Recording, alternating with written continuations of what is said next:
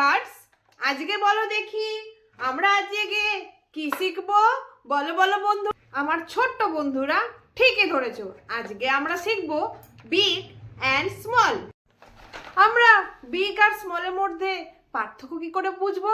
চলো বন্ধুরা শিখে নি এই দুটো গাড়ির মাধ্যমে। এই দেখো বন্ধুরা, এটা হলো একটা ডাম্পার। তোমরা আগে সাইজটা দেখে নাও, এটা কতটা বড়। তারপরে দেখো এটা হলো একটা সিমেন্ট মিক্সচার গাড়ি, এটা কতটা বড় দেখে নাও।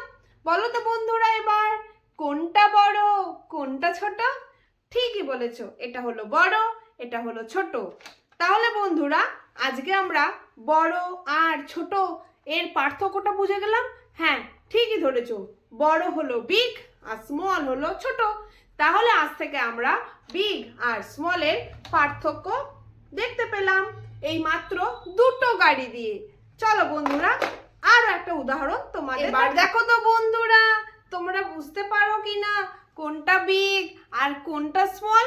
দেখো বন্ধুরা, এই বেয়ারটা হলো এই বেয়ারের থেকে অনেক বড়, আর এই বেয়ারটা হলো এই বেয়ারের থেকে কত ছোট।